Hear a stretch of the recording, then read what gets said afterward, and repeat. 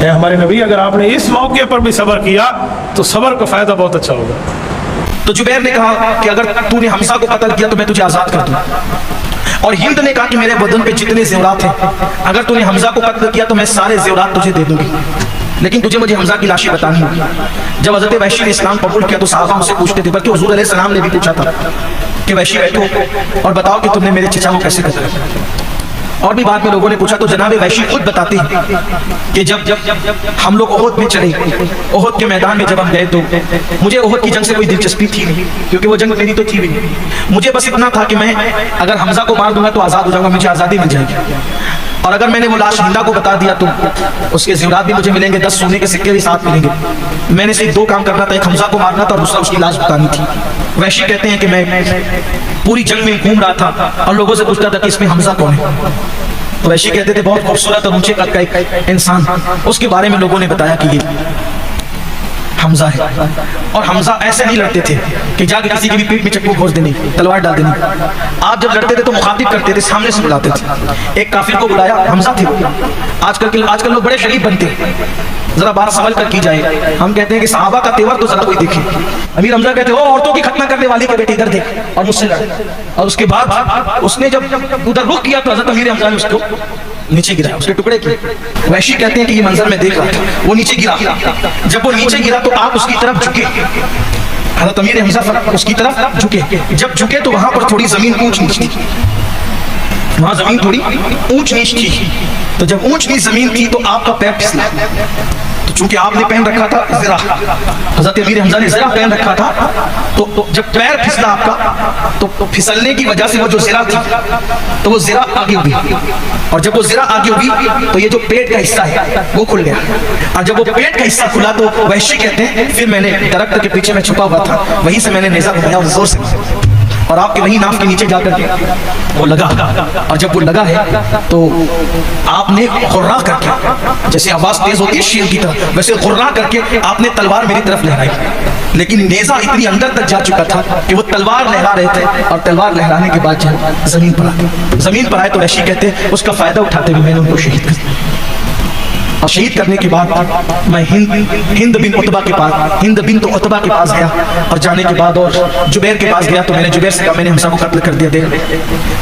زبیر نے کہا کہ تم آزاد ہو. میں آزاد ہو چکا تھا. پھر میں نے ہند سے کہا کہ دیکھ لو میں نے حمزہ کو تمہارے باپ کے قاتل کو قتل کر دیا ہے. تو ہند بنت عتبہ آئی اور آنے کے بعد حضرت امیر حمزہ سے زرہ اتاری اور دیکھ کے پہچانا.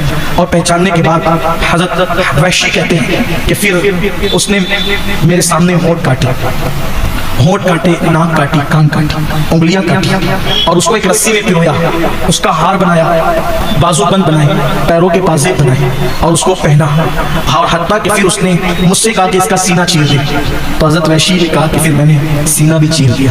سینہ چیر دیا تو پھر ہم نے کلیجہ نکالا، اور کلیجہ نکال کر کے میں نے اس خاتون کو دیا. اور اس عورت نے جو ہے وہ کچا کلیجہ جو ہے وہ دانتوں سے چبانا شروع کیا اور چبا کر کے ٹھوکنا شروع کیا.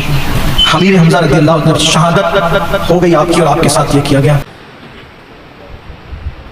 پہلا انہیں سوال کیتا ہے کہ بعض علماء یہ آندے نے کہ حضرت معاویہ رضی اللہ تعالی عنہ دی تے فضیلت ہی کوئی نہیں. تے ایک مولوی صاحب دا نام لیا جنہ دا نام ہے مولوی اسحاق چالوی. سارے دوست احباب بخوبی آگاہ ہو جاؤ، مولوی اسحاق چالوی صاحب قطعی طور تے اہل حدیث نہیں سن، تے نہ ہی انہاں دا منہج اہل حدیث دے نال کوئی تعلق سی.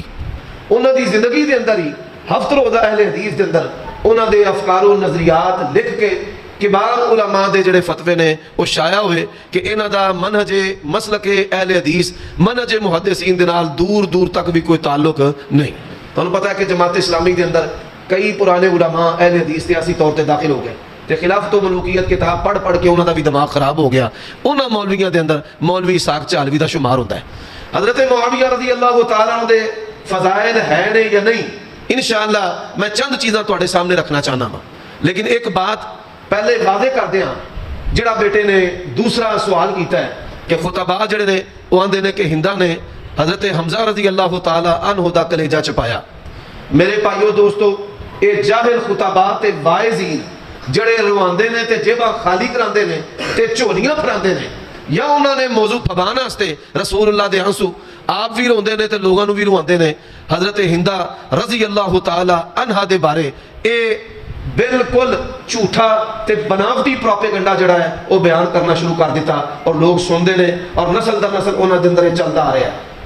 ہندا رضی اللہ تعالی عنہا بڑی عظیم، بڑی پاک باز، بڑی حیا والی، بڑی دیانتدار، نبی علیہ السلام دی جان نثار اور وفادار صحابیاں نے. ایسی عظیم عورت جڑی نبی علیہ السلام دی رشتے دے اندر سس لگے اور او دی بیٹی ام حبیبہ سب کو رضی اللہ تعالی عنہا نبی علیہ السلام دی زوجہ محترمہ تے ام المومنین، اس عورت دے بارے جھوٹا پروپیگنڈا. تو یہ تو کیا اسلام کی اور کیا ہے رسول کی محبت کی جنگ تھی. انہوں نے تو کیا ہے نیزے چلائے ہوئے ہیں باقاعدہ طور پر. اس نے کہا کہ دیکھو یہ ہے سرخ پگڑی والا جو ہے نا، اس کو تو ختم کر. اب دیکھیے کیا ہو رہا ہے ادھر. حضرت حمزہ کو معلوم ہی نہیں ہے کہ ایک قاتل تاک میں بیٹھا ہوا ہے پیٹ پیچھے. سامنے والا تو کوئی دم مارنے کی بھی مجال نہیں تھی، مارنا ہو سکتا تھا تو پیچھے سے ہو سکتا تھا. تو اس واسطے کوئی اب حضرت حمزہ آگے جا رہے ہیں، آگے جا رہے ہیں، کوئی سامنے ٹکنے والا نہیں ہے، کوئی کافر کی ہمت نہیں ہو رہی آگے آنے میں.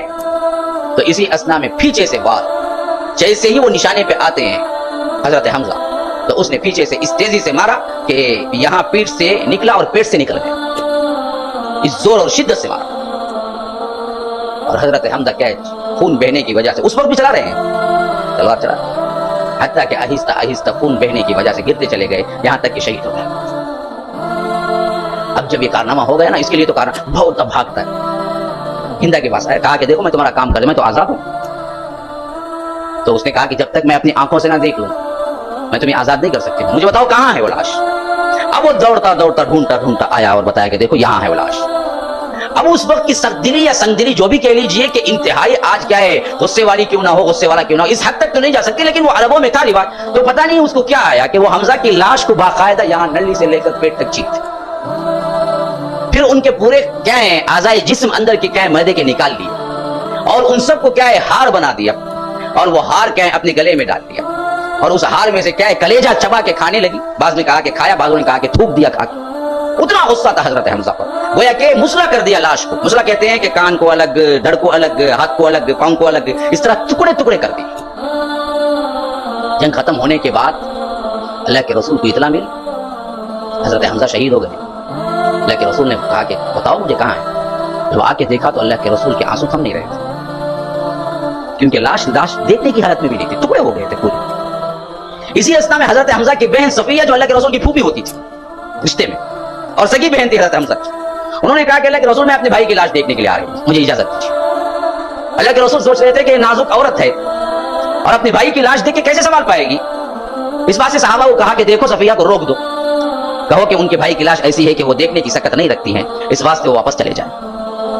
جب صحابہ نے کہا کہ اللہ کے رسول آپ کو منع کیا ہے کہ آپ دیکھ نہیں سکتے، آپ واپس چلے جائیں، تو انہوں نے کہا کہ مجھے معلوم ہے میرے بھائی کی لاش ٹکڑے ہو چکی ہے، اور اللہ کے رسول کو پیغام دو کہ میں کچھ بھی آہوازاری نہیں کروں گی، میں کچھ بھی کیا ہے روؤں گی، چیخوں گی، چلاؤں گی نہیں، میں صرف ایک نظر دیکھ لینا چاہتی ہوں، مجھے معلوم ہے میرا بھائی دراصل اللہ کی راہ میں شہید ہوا ہے، مجھے کوئی افسوس نہیں. یا رب کیا ایمان دے. پھر اس کے بعد آئے، دیکھا اور ہاتھ اٹھا دیے، کہا کہ اللہ اس بھائی پہ مجھے فخر ہے جو تو نے کیا ہے اپنی راہ میں قبول کر لیا، اور مجھے کوئی غم نہیں ہے کہ یہ ٹکڑے جو بھی ہیں کل اللہ کے آگے گواہی دیں گے کہ میرے بھائی نے اسلام کے لیے اپنا تن من دھن لوٹا.